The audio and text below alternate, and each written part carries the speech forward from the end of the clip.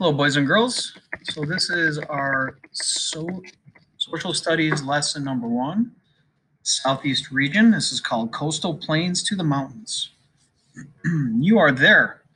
You've waited a long time for this vacation trip. The drive from Atlanta to Myrtle Beach took many hours, but you didn't mind. You're excited about seeing the Atlantic Ocean. You've never seen an ocean before. After you put your suitcases in your hotel room, your family heads off for the beach. Your mother puts sunblock lotion all over your back, and then you run to the shore. Waves roll toward you as you put your toes into the cold ocean water. As you bend over to pick up some pretty seashells, you feel a hand grabbing yours. "Come on, pal," your father says. "Just hold my hand. I'll show you how to dive into these waves." Along the coasts. Most of the states of the Southeast lie along the Atlantic coast, the coast of the Gulf of Mexico, or both. Beaches such as Myrtle Beach in South Carolina line some of the shore. Off the shore are groups of long, low islands. Thousands of years ago, when glaciers began to melt, the rising waters of the ocean deposited sediment, materials such as sand and mud left by a glacier, into shallow areas off the coast. These islands, known as barrier islands, were formed over thousands of years as more and more sediment was deposited by ocean waves, currents, and mainland rivers. Inland from the shore is an area known as the outer coastal plain. This area is very flat and has very low elevation. The outer coastal plain has different kinds of wetlands. Wetlands are lands that are at times covered with water. Swamps, bogs, and marshes are kinds of wetlands. A huge swamp, the Dismal Swamp, is between Virginia and North Carolina. Farther inland is the intercoastal plain. The elevation here is slightly higher than in the outer coastal plain. So something to think about is kind of how that's set up. Closer to the water, this part around the edge is the outer coastal plain. As you move in, it's called the intercoastal plain. For the mountains. An area of rolling hills and beautiful valleys lies inland from the coastal plains. This area is known as the Piedmont. The word Piedmont means foot of the mountain. Its elevation is higher than that of the coastal plains. So just imagine as you go further in, driving miles and miles and miles in from the coastline, the elevation is going to get higher, and that's called the Piedmont. The soil of the Piedmont is different from the sandy soil of the coastal plains. Piedmont soil is dark brown or reddish and feels like clay. It is very rich soil and can be good farmland. Many rivers flow through the Piedmont toward the Atlantic Ocean. The rivers tumble through waterfalls from the higher Piedmont to the lower coastal plains. On a map, the waterfalls seem to be arranged in a line. This line is called the fall line. The fall line marks the boundary between the Piedmont and the coastal plains. Rising above the Piedmont is part of the Appalachian Mountain Range. The Appalachians in this area are rugged and steep with narrow valleys. Farms in this area tend to be small. The Blue Ridge Mountains are a chain that forms part of the eastern edge of the Appalachians. Mount Mitchell in North Carolina is in this chain. It is the highest peak east of the Mississippi River. The Great Smoky Mountains form part of the western edge of the Appalachians. One area in and around the Appalachian Mountains is known as Appalachia. This area is known for its rich natural resources, such as coal and its dense forests. Most of Appalachia lies in the southeast region. Virginia, West Virginia, Kentucky, North Carolina, South Carolina, Tennessee, Georgia, and Alabama all include parts of Appalachia.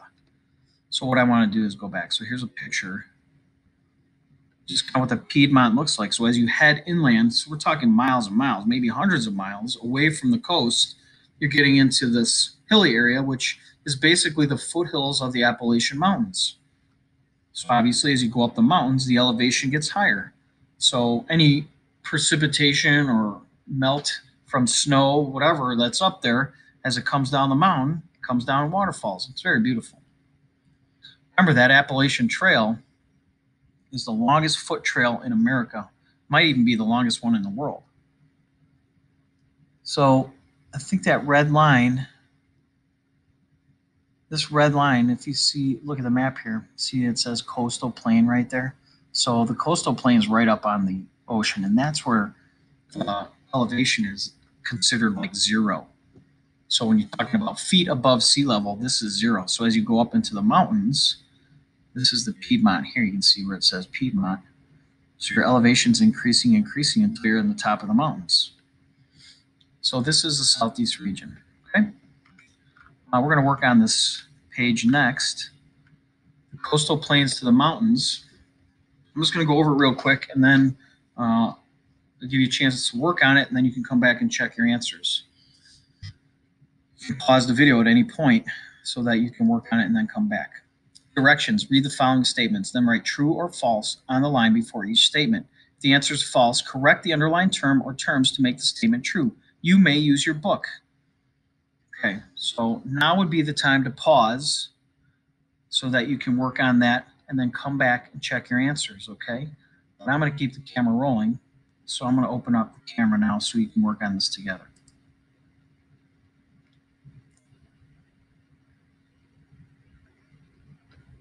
Okay. So, most of the states of the Southeast lie along the Atlantic coast, the coast of the Gulf of Mexico, or both. And I would say that's true.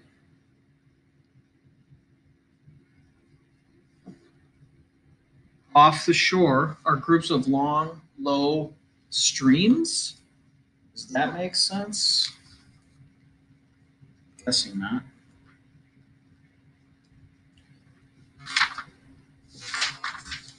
I have to get a book out.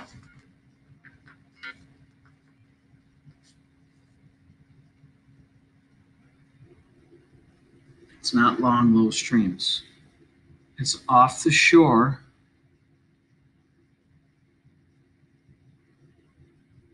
This one's false. It should be long, low islands. The outer coastal plain is very hilly and has a very high elevation. Well, remember, that's the part right by the water, by the coast. So they're going to have a lot of mountains right there by the ocean with all that wind and water and erosion. Doubtful. So this one is false.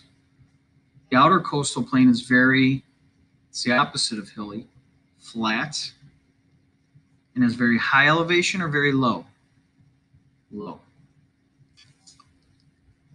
Number 4, swamps, bogs, and marshes are different kinds of wetlands. That's true. The soil of the Piedmont is sandy. Well, no. Remember it said the Piedmont is good farmland. So if it was good farmland, probably going to have very nice soil. So it's not the soil of the Piedmont. I'm guessing it's the soil of what?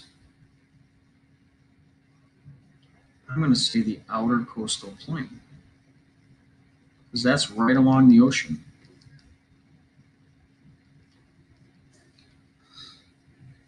The Blue Ridge marks the boundary between the Piedmont and the coastal plains.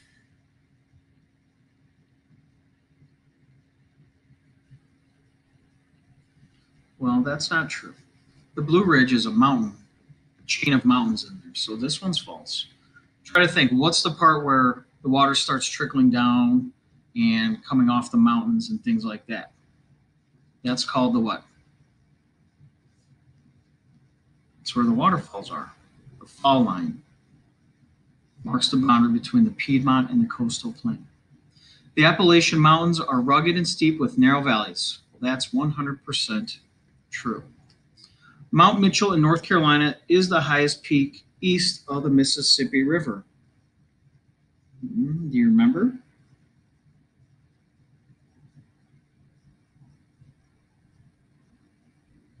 That's true.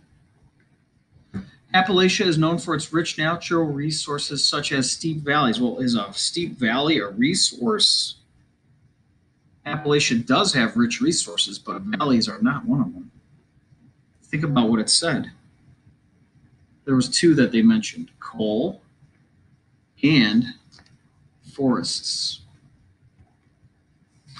Okay, so that's it. So if you're finished with this, be sure you turn this in, put this in your folder, and if you have time, I want you to go get on Quizlet and practice your vocab and your states and capitals.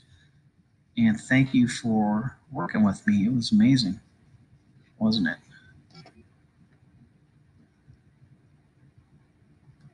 Have a good one.